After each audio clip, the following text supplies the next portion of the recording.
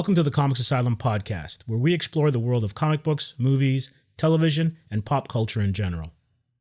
My name is Steve Bino, and this week I'm joined by Joseph Osei Bonsu and Mark Williams, the co-creators of Heroes of the World. All right, welcome to the Comix Asylum podcast. We're here with Joseph Osei Bonsu and Mark Williams from Heroes of the World. Welcome, boys. Welcome to the Asylum. How you guys doing? Thank you. Good. Doing all right. Yeah. Excellent. It's been forever since we've seen each other due to the craziness of 2020. How did you guys make it through the pandemic? What did you guys do to stay sane? Just kept drawing. Honestly, just kept drawing, and whether it's like our own stuff or like Heroes of the World, mainly it's just that, and then like honestly, like TV shows, the different new TV shows. Oh wow! Yes, I'm gonna go in. There's a lot going on. All right. Yeah, there's too many going on. No worries. All right. Yeah, go ahead, Joe. Continue on. So it's just basically there's a lot of drawing, a lot of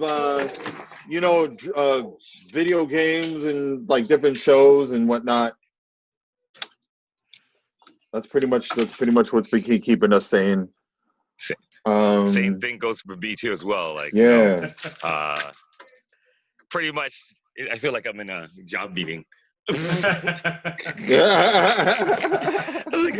Yo, what? I should close the door before anybody goes crazy. And do the thing. There you go.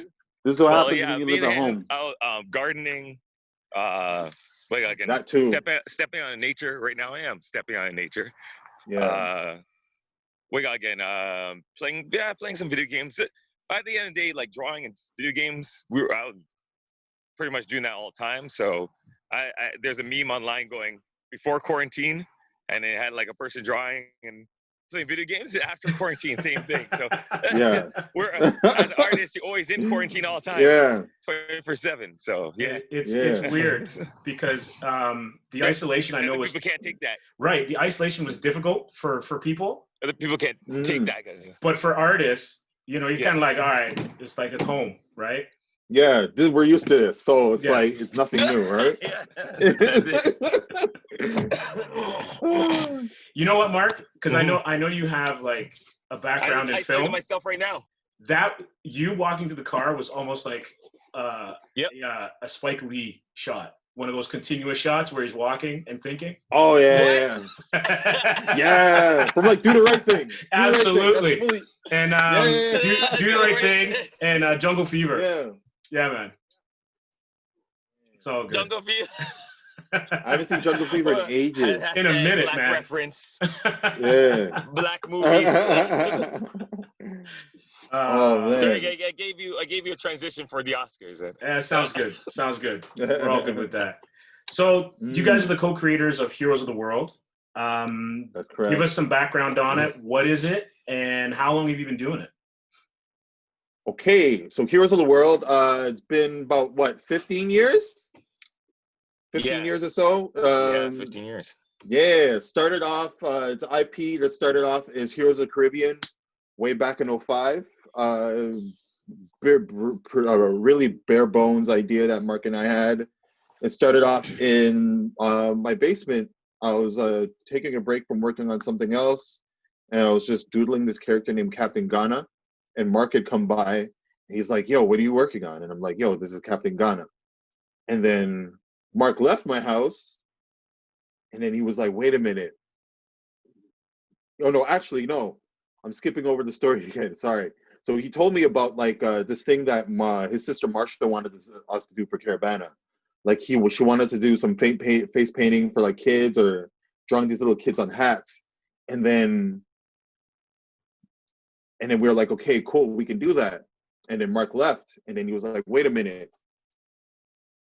He came back and he was like, yo, Joe, what if we took that idea with that Captain Ghana, but designed it for all the Caribbean islands? And I was like, okay, this sounds wicked.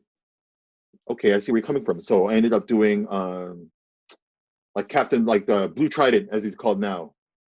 I ended up drawing him.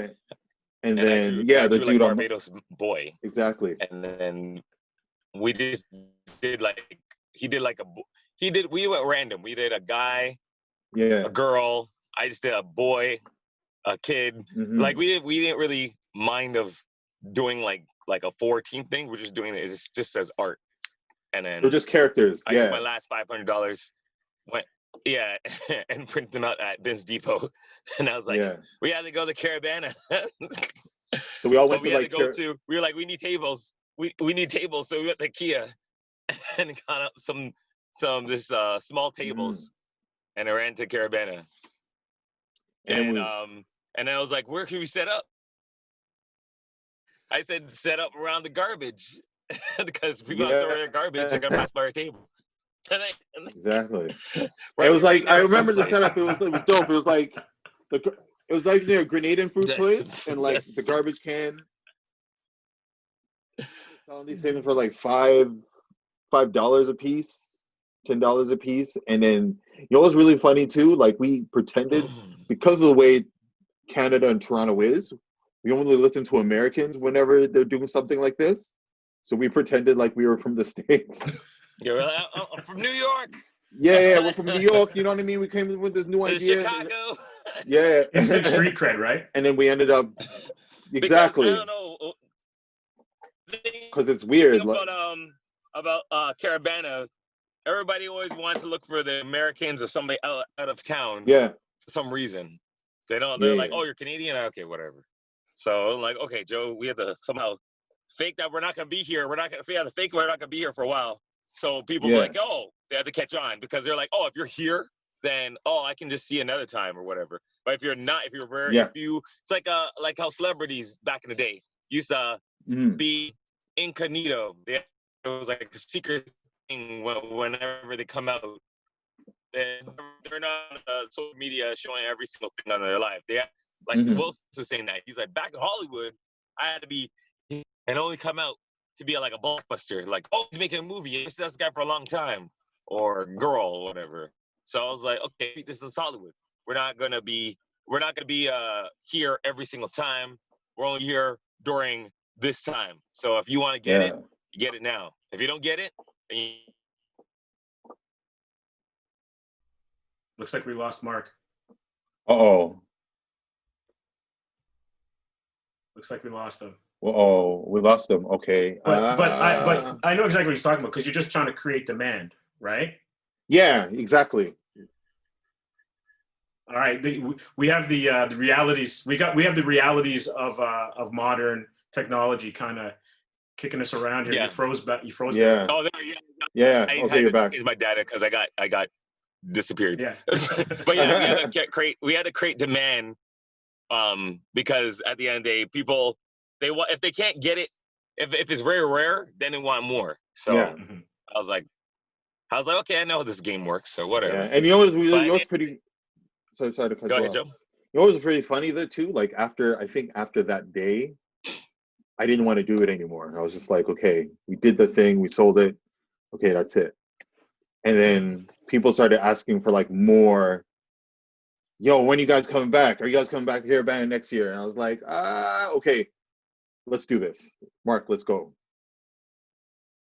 And Mark was like, yeah, we got to do this again. And we're like, okay, cool. We ended up doing this the next year, which was 2016. And then around that time, it was World Cup. So we ended up creating more other characters. It was like Ghana, Portugal, and Italy, and that was it. And Canada for some reason. They're like, ooh, and people are under like, why is Canada? Why is Portugal? I'm like, oh, the people always coming to Caravana, they're different cultures. We're like, no, it's Caravana. I was like, oh my gosh. So it was called Heroes of the Caribbean, brought by Heroes of the Caribbean, Portugal, Canada. But I was like, this doesn't make sense. Yeah. So our friends are even telling us like, oh, you guys are thinking small. You should do something more, like do more stuff. So that's what the idea. Like I'm like, okay, we'll just do a few more other places that have something World Cup, and then we start making a little more even after that. But Joe and our friend Aaron came up with the idea like, call it Superheroes Unite. I'm like, yeah, sure, call it Superheroes Unite, man. Instead, call it Superheroes Unite. And yeah, we're making more and more characters. But then I used to, my principal agent that became our business manager, I was trying to tell him about the thing. He didn't see it. He didn't understand what it was. Mhm. So he saw Joe and Aaron and myself at Caravana in, what was it, 09? I forgot what year. It was 2008. 2008, yeah. Yeah. And he was like, Oh, it froze again. He's in the negative zone. he's like, hey, I'm like, oh, these are the Yeah, guys. yeah, yeah, This is yeah. what we're trying to do. And he's like, he saw. Mic's off. We keep losing Mark. Oh, your mic's off. Yeah, hold on. Let me do this. Your mic. Oh, the beauty. Let me see. Let's see if we unmute him. I, Oh, you want to say that again? Oh, well, I usually get called out under. Hey, Mark. Yeah, Mark, can you rewind Yeah, that? Because you froze hard and then muted yourself. So can you? What the hell? I didn't do anything. Well, whatever gremlin's running around here.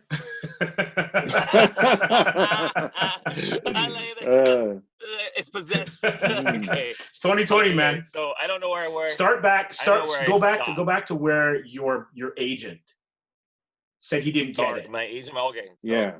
So he didn't get it. He didn't get the concept, but he saw us in 2008. And my mic's off. Okay, hold on a second. No, now it's off again. Hello. Now you're back. Now it's on now again. You're good. Yeah. Freaking gremlins. Okay, freaking these gremlins. Okay, so like I was saying before, my agent didn't get the idea, and I gave him a poster. Like he's like, here's a Trinidadian poster. He wanted to buy one. He's like, how much? Yeah. How much you gonna charge for it? And I was like, oh, $5, I guess. He goes, where's my receipt? I'm like, a receipt? What do you mean receipt? He's like, oh my gosh, you guys, your business savvy is not there. I was like, well, just give me the money. So but when he saw that, then I was like, you know what? You'll see us sometime at Caravana. I don't know where, but you'll find us. He goes, yeah, I think I'll find you. And then he saw us in 2008 down there, but we were in a position where we're located. We're not near a garbage can this time. We were just out more closer to the beginning, or I think the ending. I'm not even sure. Yeah, it was closer. It was midpoint. Yeah, midpoint. So people, like, we had a little ex come by, and he was like, "Yo, Crusher!" Like, he was, because I used to be in his music business and stuff, so we gave him some stuff, and we met what was it, the other prime minister? What's his name again? Dalton McGuinty, the premier. He was the premier of Ontario at that time. I gave the shirt off my back and said, "You're a hero. Here you go." And he's like, "Oh, thank you." That's around that time where he was trying to get into the people. So I was like, okay, the funny thing is, I don't even know who's Dalton McGinney. Like, so, and I just gave him the t-shirt. I'm like, here, take it. I was like, okay, whatever gets us the recognition. And then our business manager came around, and I think he saw all these things happening around that area. So he came around, our agent. And that's when he wanted, he looked at it, he's like, oh, this is how you guys set up? And he liked the setup, but he didn't like our prices and what we're doing. So he was telling us to get like lawyers and everything to, he didn't want to even be a part of it. He just wanted to help us how to set up how the business. But then his lawyer jumped on it and said, hey, you know what, you can join with Sean as join forces, and you can work with him to manage you through the process of how these things supposed to work. So when we joined it with Sean, he was trying to copyright the idea of superheroes unite, and he found that Marvel and DC was copyrighted as superheroes. Superheroes was copyrighted by Marvel and DC. So we're like, okay, well, can't use that for a name. But on a MySpace, I usually call it Heroes of the World. I'm like, yo, Sean, why don't you just call it Heroes of the World? Yeah. And he's like, is that took it? And he started checking on there. His lawyer's checking. He's like, no, we took it. And then so perfect. We came with that with Heroes of the World. So it worked out anyways. Yeah, it's funny. Go ahead. We launched the brand in, I think later on that same year as Superheroes Unite. But then I think it was a bit later where we changed it to Heroes of the World. Sun TV. We got a live interview. So we're like, oh no, why did you call it Superheroes Unite? So, but at the end, they are the superheroes unite. We still could use in the thing. Like, we didn't get in no trouble, whatever. So we use it as sort of like the Avengers assemble. So the superheroes go in the battle and they go. So it's like their battle cry. Yeah. So, and then we start making more characters. Yeah. So how many characters do you guys have now? So we have 279, and that's, let me see the estimate. Is it 279, or I thought it was 300? No, I took out some of the countries that are not countries. So it was 279. Okay. But this is a rough estimate anyways. I think I still have to look through the what counts as a country, because of again, like Taiwan, China doesn't count them as a country. I was like, okay, whatever. So times 4, and that's 4 characters for each. There's 1,116 characters, but that's not including, because now we're doing all United States as a superhero and all of Canada as a superhero, because people want their region, Scarborough or Brampton or Mississauga. Yeah, so, Woodbridge. Those are fun to work on. Right. Pride. People, if anything has a flag, now we're doing, because people are like, oh, I'm not from Canada. I'm from Canada, but I'm from Scarborough. Where's my Scarborough? I'm like, really? I'm like, so they're like special edition characters that we created. Native. We did First Nation superheroes. So if there's a flag that somebody designed, we just designed around it, or we made our own design in the flag of Canada. Yeah. Because we don't want to take it from the First Nation people, their own design. So we just took the little images and mixed it up and made a First Nation character out of it. And like the different tribes too, like we did the Métis, the Mohawk. Yeah, the Mohawk Warriors. Yeah. What's another one? Shoot. We have so many characters now, like it's crazy. And what's the reception been? Reception's been extremely positive. Like I remember going to like different, we go into different comic conventions and like trade shows, and everybody falls in love with it like right away. They're like, oh my gosh, this is so crazy. Character. You got my character. Yo, that's crazy. I gotta get this for my mom, or I gotta get this for my sister. This would be awesome. Yeah, so it's just overwhelmingly positive. We're also doing South American heroes too as well, like the ones that are like smaller indigenous populations. So the ones that I haven't counted as country, but they're like tribes too in South America, and they have their own flag too as well. Like the Machu Picchu. Like the Machu Picchu. Yeah. Machu Picchu and the I can't even say it. WIPHALA. That's like a colorful flag for that one. Okay. But, yeah, I'm not gonna mess up with that, and then all of a sudden on this podcast, it's like, I like this guy. And we also did the Moors. We did the Moors as well, because one of our friends is like, oh, Moor, man, you should do the Moor flag. So I'm like, all right. So that just shows you how important representation is for everyone. Very important. Yep. Very, very important, and especially around these times when a certain faction is trying to drown it out. We're trying to come in and be like, hey, listen, representation's always going to be here. You're always going to have heroes from all walks of life, all parts of the world. So this is what it is, And I think it gives us a chance, even if there's something happening in the world, like if when there was a Nova Scotia shooting, we did a design for that. So certain things happened around before. Actually, we were doing like holiday things, like Thanksgiving and everything like that. But we're like, forget that. We're gonna. Whatever, forget that. We're gonna go for whatever's happened in the world. We're keeping political. We're hit them with some political stuff. Even though some people don't like that. Like I remember, what was it? There was the one time we Mexico. did the one with the Mexico and the Keep the Families Together, kind of taking a jab at like Donald Trump and ICE. And I forget there was this one guy that was like complaining about it, and we're like, yo. He was like, oh, I'm not going to follow you guys because you guys are getting too political. And I'm like, well, comic books have always been political. If you think back to like Captain America, he was created based on the political ideal, right? He was just with him, it was more, okay, we need something to keep the American troop spirits up.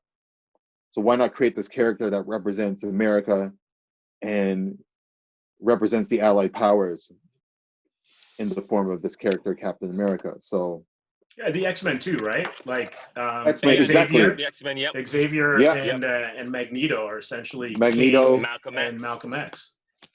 Yeah. Yeah. if you want to look at Iron Man, he's pretty much a arms dealer. Yeah.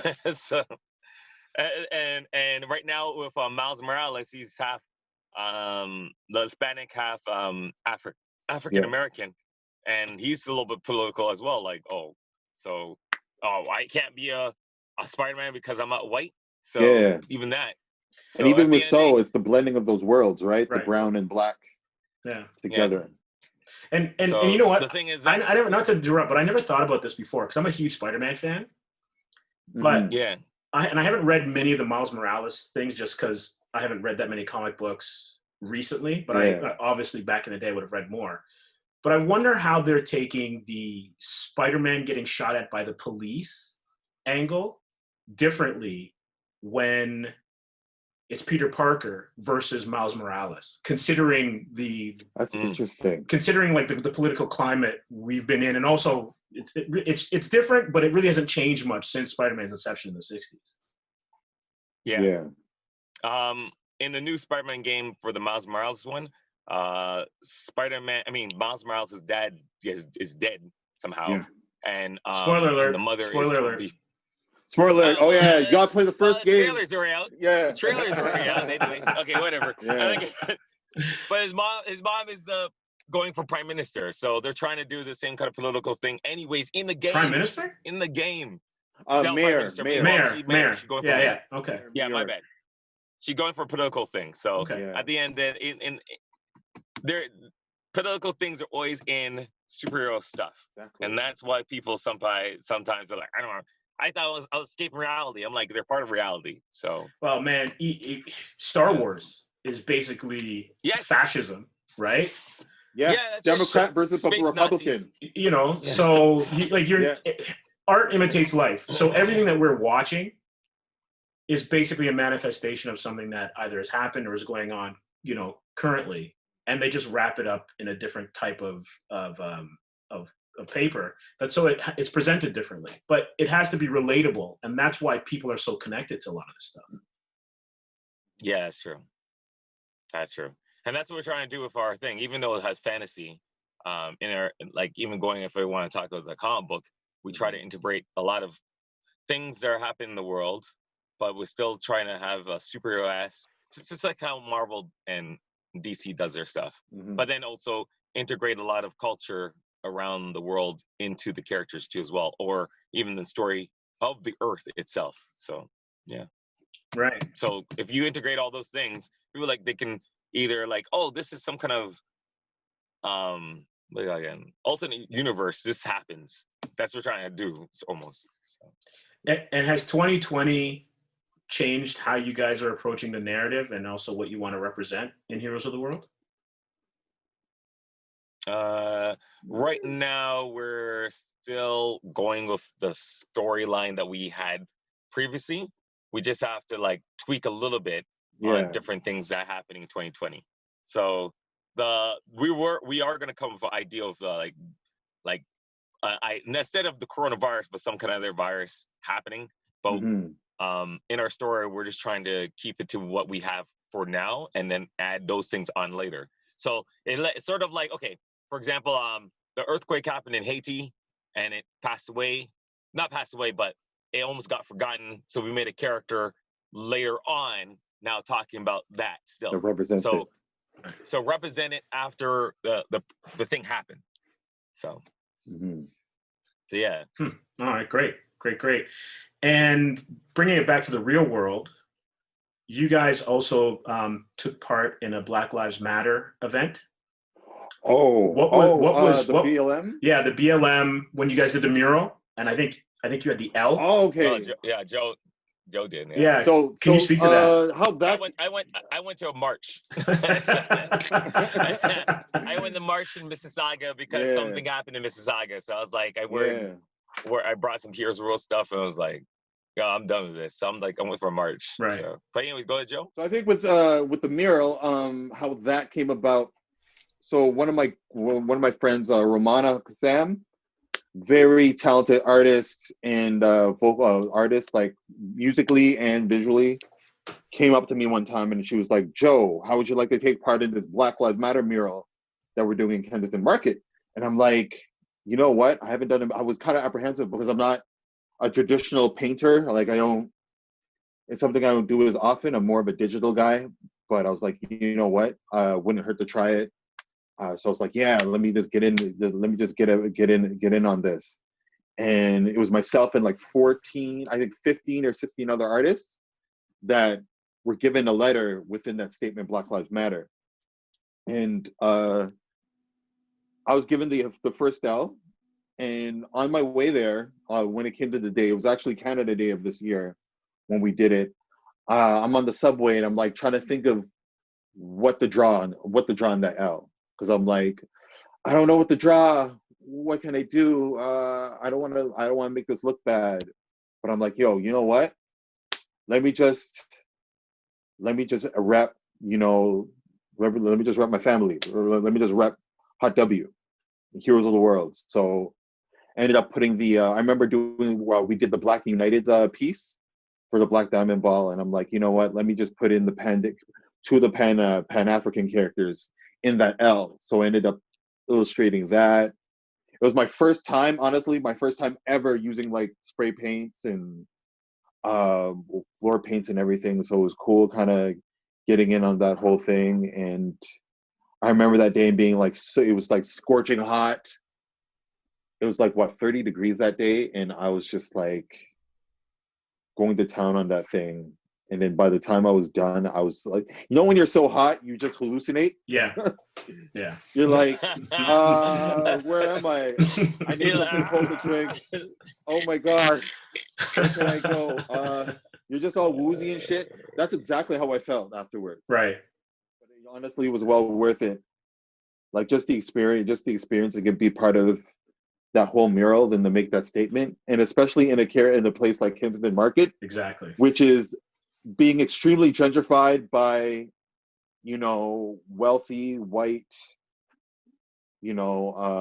developers and entrepreneurs. So it's good that, we made that statement in that area. So yeah, that's how it came about. And, afterwards there was a bunch of aerial shots of it and a lot of posts. I forget what publications did features about the mural, but there was a lot of that. There's a lot of those features there too. So it was a cool thing to be a part of. I think there was also some time lapse. Wasn't there also some time lapse stuff as well too? Yeah, I think there was. Yeah. So yeah, because I remember seeing it and it looked fantastic. It was just a sight to see. Mm-hmm. Especially, and even like the aerial shot that I forget the one guy. I'm gonna look up his name. I'm gonna look up his name actually, just so I don't like butcher it. Sure. But this one videographer, just going through my Instagram, there he is. Sakun Sen, that's his name. Sakun Sen. Yeah, did the aerial shot of the whole Black Lives Matter thing that you guys see on Instagram. So shout out to him. That was a really dope experience to be a part of. And obviously I wore this shirt, the shirt that we came up with called "I'm Black and I'm Proud." Whether you're black and proud, whether you like it or not, and I still got paint stains over it. And I don't bother. No, you can't get rid of those stains. Those are they're war wounds, indelible marks. Absolutely. Yeah, it was really dope. That's good. So. That's good to hear, man. Yeah. But also, we also do stuff we're doing online too as well. So we're just trying to even draw illustrations, just like how we said before. Anything happen in the world, we start making things out of it. So when Joe did that Black and Proud one, I did another one where I had all the Heroes of the World characters, like the Moors, or whatever main character, Zika, I think. Oh yeah, Zika, and our main character Ori Gaia, all like standing up against. I was gonna put like a police in it, but in general everybody's calling out on Black people, so I just put a shadow saying I'm gonna call the police, because at the end of the day, that's what it is. A shadow person come around from nowhere, calling out on Black and brown people all the time. I don't know why.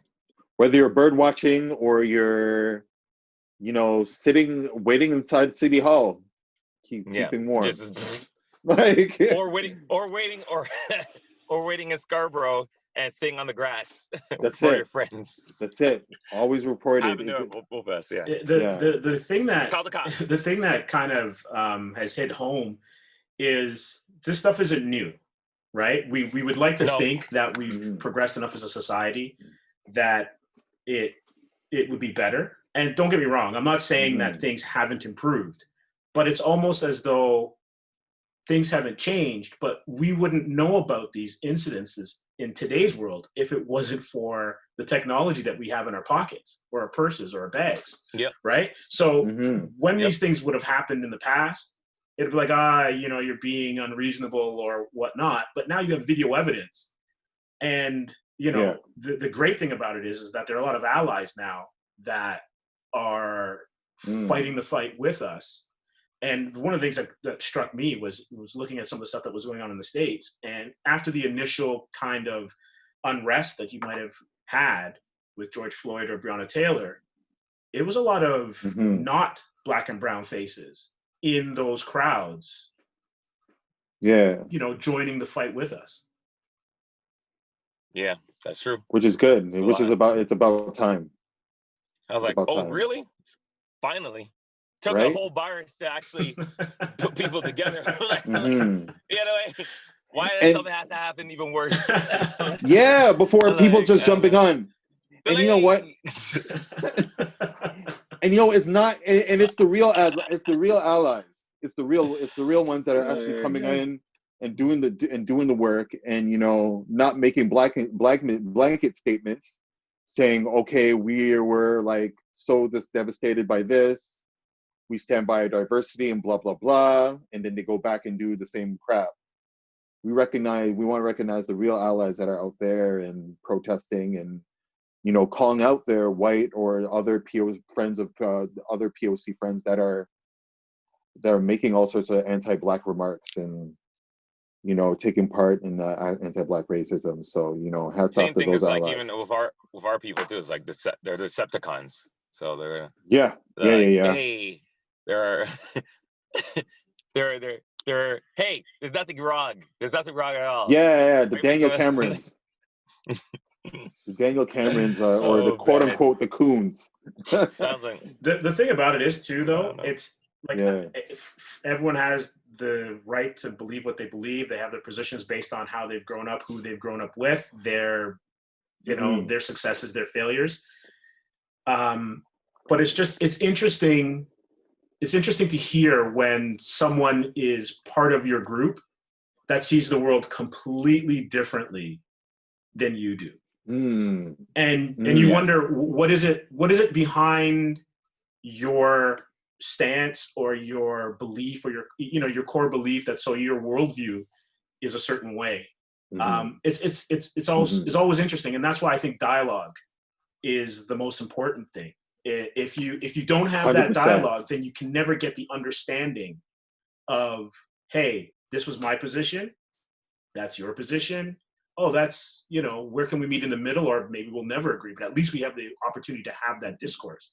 And it's almost like the cancel culture now is obliterating that, because if you're not on team A or team B, never shall they ever meet. Yeah, they're done. Yeah. Your career's over. Your career's done. That's why, like now, like social media and everywhere, you gotta watch the statements you make and watch the things you post because you're canceled. You're canceled out. You're people done. have the triggers ready, like they're ready to fire those bullets, right? And the thing is, even if you're like, you can't believe everything online because if you put up stuff that you're trying to stay a point of whatever happened. And like it's happening in the media, and then all of a sudden you log out of your account, and all of a sudden somebody hacks into your account. Somebody's gonna pretend that that's you, and then you're like, wait, that's not me. And then all of a sudden they're like, hey, I knew you were like that. I'm like, holy smokes! Yeah, believing a digital fiction character of myself that's online to myself that's in person. Oh, that was I knew you would do that. So at the end of the day, like it's like you gotta talk, you gotta go to the source. You can't the lines are getting intertwined, and the internet and real life, and blurred too, right? Yeah, so blurred and blurred.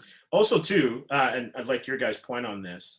because especially as a creator and with the digital imprint and footprint that we all have,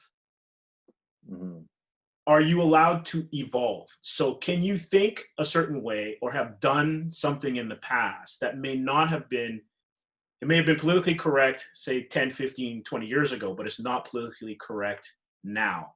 And can you still be hammered for it? Like, are people allowed to say stuff, do stuff, then make amends for it and continue on? Or do they always have to carry that as like a flaming albatross around their neck?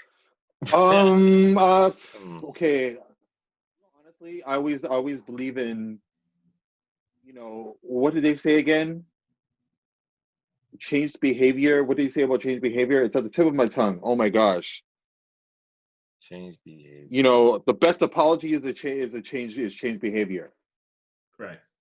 You know what I mean? If you're doing your best to change your behavior and to change your views, and if you're willing to, if take ownership for the shit you've done in the past, but if you're willing to move forward and be a better person, and you're trying your best to be a better person, then you know what? Why not give him or her a shot, right? It's not. We shouldn't be in the position of judge, jury, and executioner.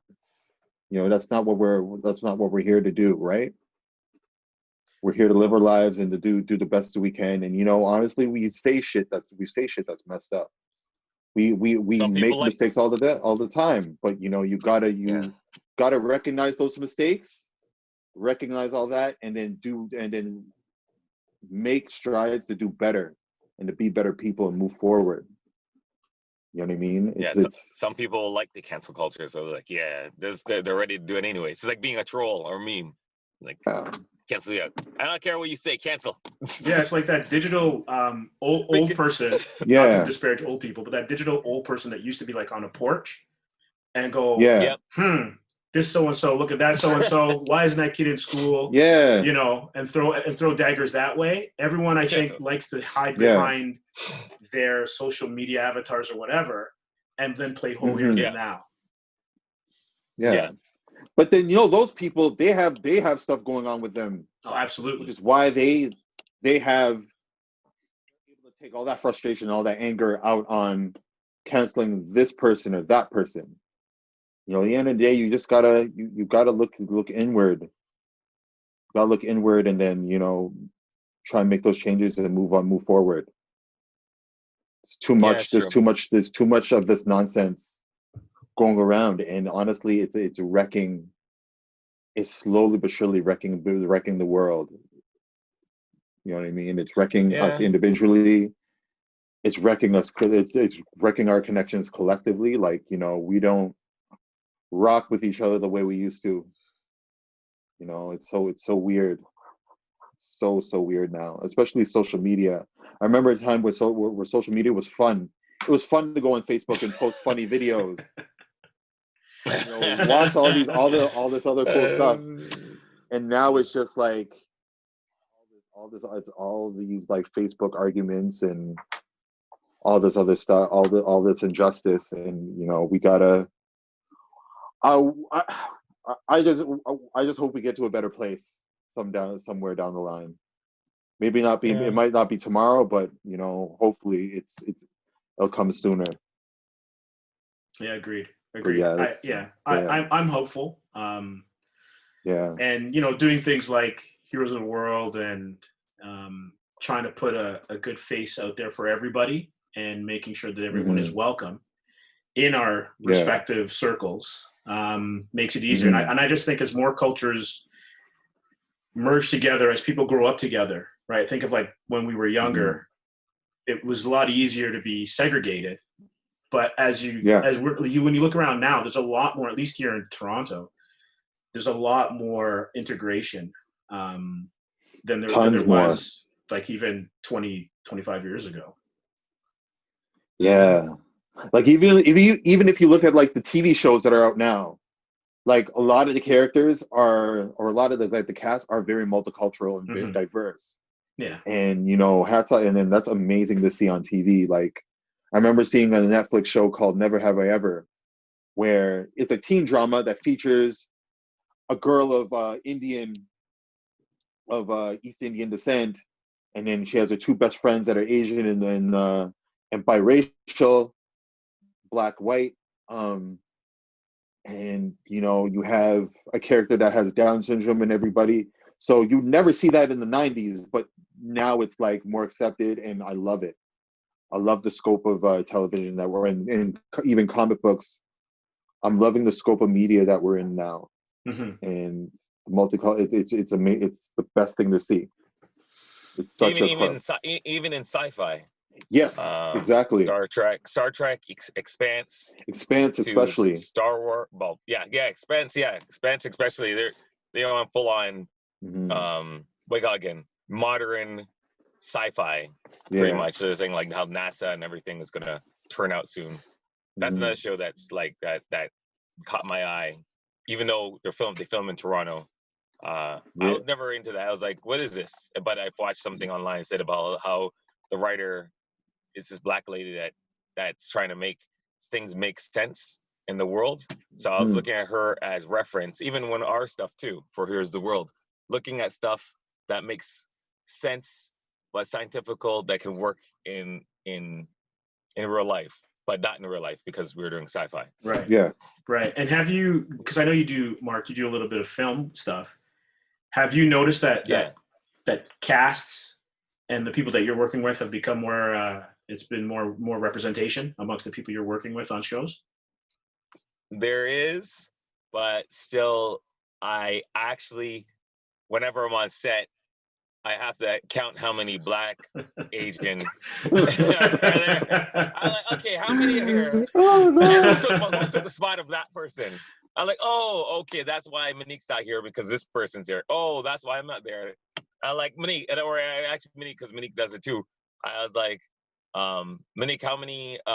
Who's there right now? Oh, it's a black guy. He took your spot. Oh, okay.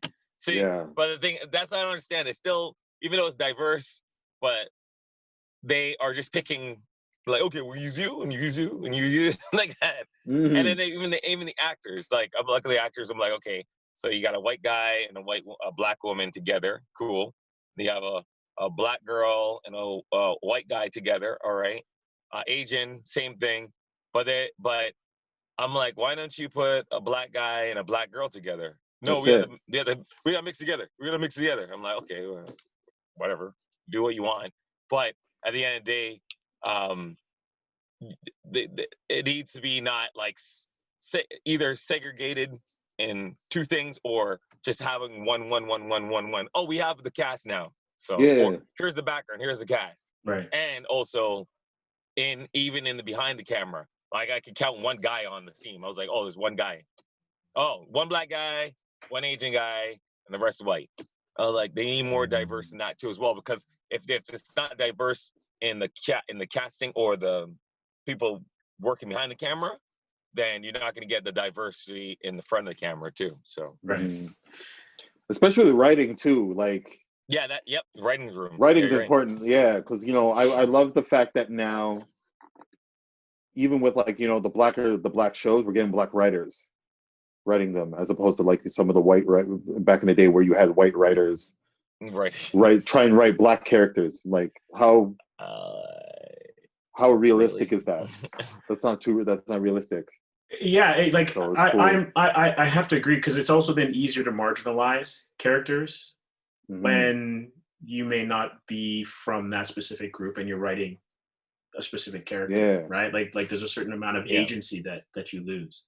But I'm also on the fence too, because are we going to get to a point where if I have a story and it's got a woman in it and I'm not a woman, do I need to get a female writer to have right, and then vice versa, right? Because like a woman should be able to write any character she wants as long as she's good at it and has done the research, and vice versa, right? Like because if you think about it, there's no Black Panther without Stan and Jack. Right? And we two Jewish guys, right? Exactly. Two Jewish guys making sense. But they got it, right? Like their social compass, they nailed it, was on a point where they got it. right? And I don't Mhm. and I don't want to, like, I'm all for representation, right? Because then that cuts out your stereotypes. But I'm Yeah. also wary of totally going in the opposite direction and then denying people who have a great vision for everything. Because think about it, right? Like, you Mhm. won't be able to write white characters if you're black, or That's true. if you go to the Exactly. extreme. I think as long as everyone gets a chance to be represented, and you have First Nation shows with Mhm. creators who are of First Nation backgrounds, then that's what we want. We don't always Mhm. want Yeah. it just from a colonial, Canadian American kind of perspective. It's Yeah. true. Also, and then Mark and I always talk about it. It's best if you're writing or creating, let's just say, a female character or a character from this background. Try and reach out to the people of that background and ask questions and get their opinion. Exactly. Yeah. Hmm. Being like, "Hey, am I doing this right? Am Yeah. I doing that right? And How that's is this yeah. character supposed to speak?" And You know that's what I another thing mean? too as well of our Yeah, characters. exactly. We try to do our research before making a character sometimes, or we make a cool character, and then after that, we have the research of putting some kind of power or something, his backstory to the Hmm. character. And if we had to retweak it, we retweak the design as we go along in the story and stuff. So Hmm. uh, even our some of our main characters that we have in it, we have these five general characters that are like the main heroes before all the heroes that we created, and each one Hmm. is a letter. So you have HERO, and they all have and a U. So that means like heroes unite. Right. But General H is from Africa. You can run fast. His name is Hyperspeed. General E is Electropia. She's from South America. She has lightning powers. Um, General R is Ram Slam. He's from Oceana. Oceania, Yeah. and he's Pacific Islander. He has like the tattoos and stuff. General O is his name's Outer Mind, and he's from Asia. But they'd be like, oh, stereotypical. I'm like, no, we're trying to be correct, but not go, hey, look, black people run fast, but we do. Some people, at the end of the day, Usain Bolt runs fast. A lot of athletes, we have strength, right? So Hmm. we're not going, hey, pointing out like, okay, politically correct or stereotypical thing. We're just trying to keep it grounded into reality too. And also General Yu is a multiracial character, and he's supposed to unite all the heroes to work together. And his name is Unite Man. So Hmm. yeah. Very cool. Very cool. Yeah. So So, what do you expect for you guys moving forward? What can we expect from you guys? So we're trying to work on so a few mini comics that we want to put out. What else is there? we're doing Hopefully one of Canada. we're This guy doing one here, of he was Canada also with the Red Axe. the Red Axe That's character. on Yeah, we're doing another. Little We're rundown. doing another with the Pan African characters that kind of touches on racism. Yeah, that's gonna be on Uh, Instagram. that's gonna be on Instagram. What else is there? I think that's it really. And then we want to get the rally the troops together to continue the main series. Um, or sales on theheroesofworld.com are going really Oh, strong right now. and Yeah. if you have a Apple phone, you have Yes. emoji Thank you. characters, but I don't have an Apple phone, so Yeah. whatever. So on the App Store, pretty soon. Pretty soon. So uh, I can't use it, so okay, good. Pretty soon, pretty soon. Go ahead, Joe. pretty soon we're gonna have an app. No, Mhm. right now we have our emojis on Emoji Palooza. I believe Yeah. that's the name of it. I'm gonna look it up so I don't butcher it. Where is it again? I'm gonna go into Heroes of the World Instagram to look at this because I want to get this proper. Where are Yeah. we? But we took our chibi versions of the heroes. Like we made like like how you have the pop-up figures where that big head's a small body. So Right. we created those characters, and then the Ah, guy wanted to use those and make emojis out of them. Like Cool. Emoji those Palooza. characters. Emoji Palooza. So So, you download the Emoji Palooza app off the App Store, and you get access to. You could purchase our the Heroes of the World emoji pack for $1.99, and you get all those characters that Mark just mentioned. It's Yeah. pretty cool. Very cool. We have more to do. And the funny thing is, when we're done one thing, we're like, oh, all the heroes are done. And then people are like, hey, could you make them like that? Oh crap, we got to make all of them like that now. Or like right here, like these graphic design logo ones that we have for like cats and stuff and thing. Joe did like a Billionaires Boys Club kind of logo kind of characters. So those we're using on the mask, and some of these we're using on the mask. Now people want them as mask.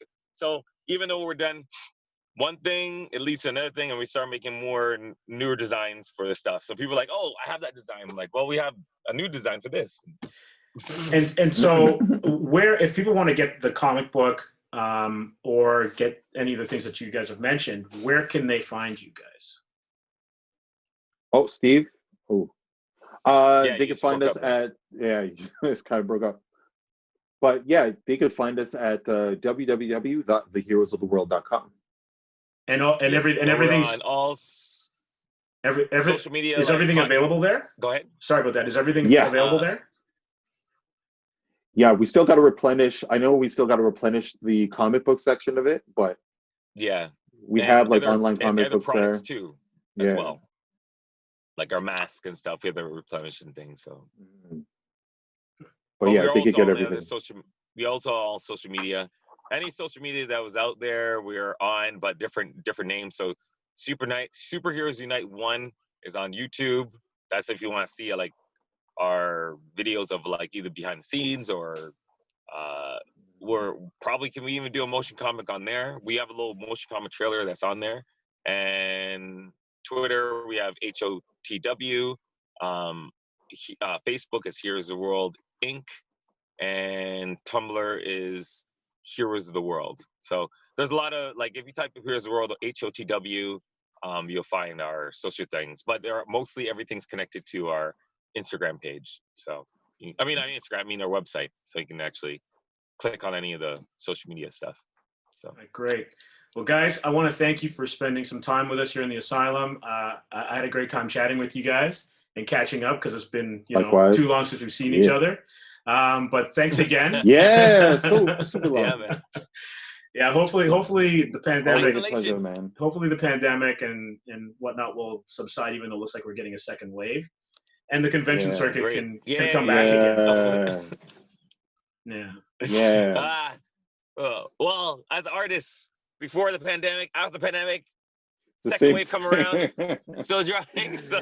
Oh man. Playing video games, draw. Yeah. Oh yeah. That's it. Can't stop. Won't stop. Commissions and all that good stuff. Yeah. Yeah. Yeah. Yeah, for sure. Well, stay safe, guys. And you know what? Likewise, Steve. Anyone who's listening, please check these guys out. They are amazing. Oh, thank you. Thank you. All right.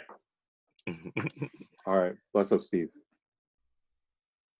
Thanks for listening, everyone. And once again, a special thank you to Joseph Osei Bonsu and Mark Williams. We look forward to your comments, so reach out to us on Facebook and at Comix Asylum on Instagram and Twitter.